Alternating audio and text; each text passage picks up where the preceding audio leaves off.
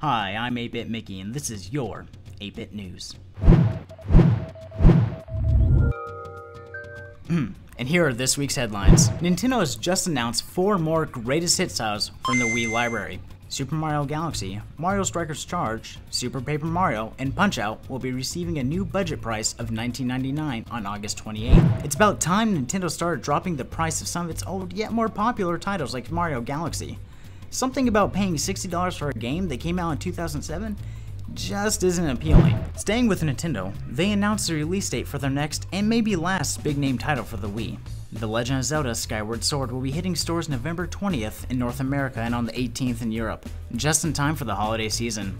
Nintendo promises to make changes to the Zelda formula this time. They explain Skyward Sword will have a multi-layered world that takes place from the dark dungeons to a diverse overworld to cloud cities in the sky, requiring a combination of puzzle solving and swordplay to unlock all its secrets.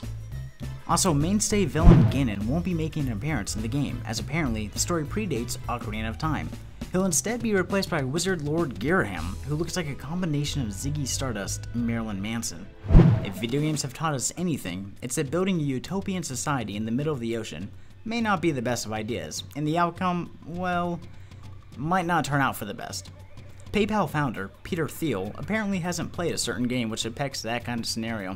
During an interview with Details magazine, the billionaire explains he's been funding an organization which wants to start building some small sovereign nations in international waters using oil rig-like platforms. These nations would be free from existing laws, regulations, and moral codes from landlocked countries, which sounds an awful lot like the underwater city of Rapture from BioShock. The plan is to start off as small cities at first, but they aim to have tens of millions of residents by 2050. Now, I have a request for you, Peter Thiel. Take a few hours and play through BioShock, just to see how everything turned out for that utopian water society. Double Dragon 2 is coming to Xbox Live Arcade, sort of.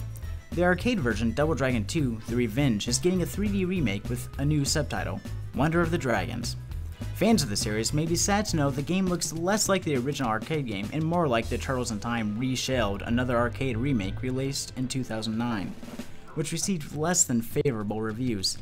The game will be released sometime in September and will cost 1,200 Microsoft points. Now, I have no idea why developers think it's such a good idea to take classic 2D beat-em-up games and turn them 3D. There's still a market out there for 2D games in this genre. Look no further than Castle Crashers and Scott Pilgrim vs. the World. Both sold extremely well as downloadable titles in 2D. For some reason, when these types of games jump to third dimensions, they lose their charm. I guess we'll have to wait for the game to drop in September to find out. But really, I'm not holding my breath. For a more in-depth look at this week's news, as well as kick-ass content every week, check out thegameheroes.com. And now, here's our trailer of the week.